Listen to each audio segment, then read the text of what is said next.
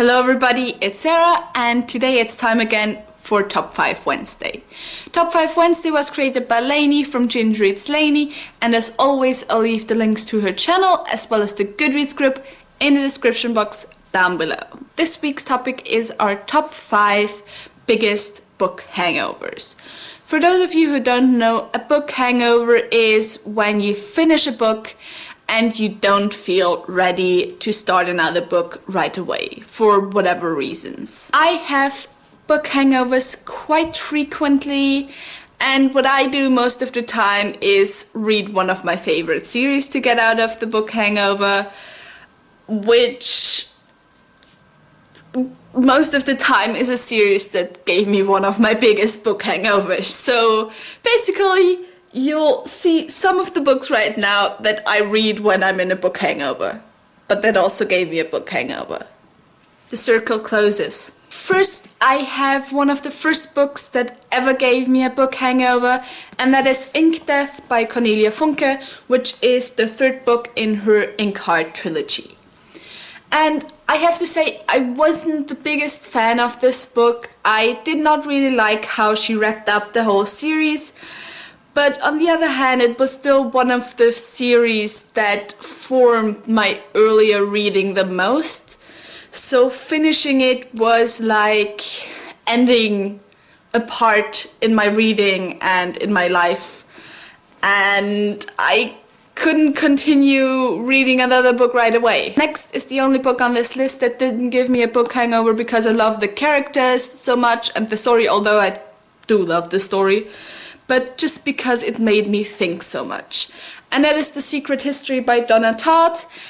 And I remember I read this about 1.5 years ago, and directly after that I read Percy Jackson and the Lightning Thief. And because I was in a book hangover, I didn't continue with that series. Because after reading this book, every other book that I read just didn't seem enough. It seemed childish and shallow and just not enough. So next is another book hangover, and that is the Game of Thrones series by George R.R. Martin. I read the third, fourth and fifth book back to back in about 1 month, and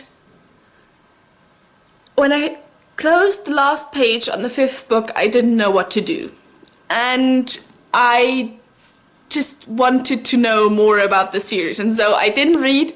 I just tried to find all the published chapters from Winds of Winter that were on the internet and tried to find out if there was a publishing date for Winds of Winter, which of course there isn't. And if you have read the books and or watched the TV show, you will know why this series pulled me into a massive book hangover, and I was just not ready to start another book.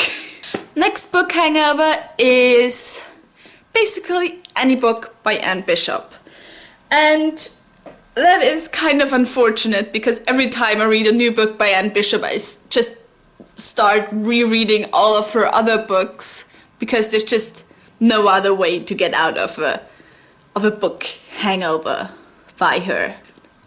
And yet she's still not my number one spot for book hangovers. Number one spot for biggest book hangovers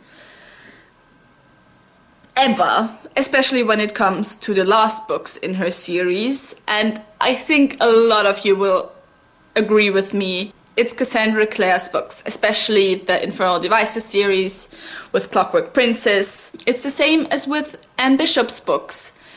When I finish one of her books, I just start the whole series again. Kind of starts being a vicious circle, really. So it might be that in April I won't read any books, because in March there's a book by Anne Bishop being published and a book by Cassandra Clare.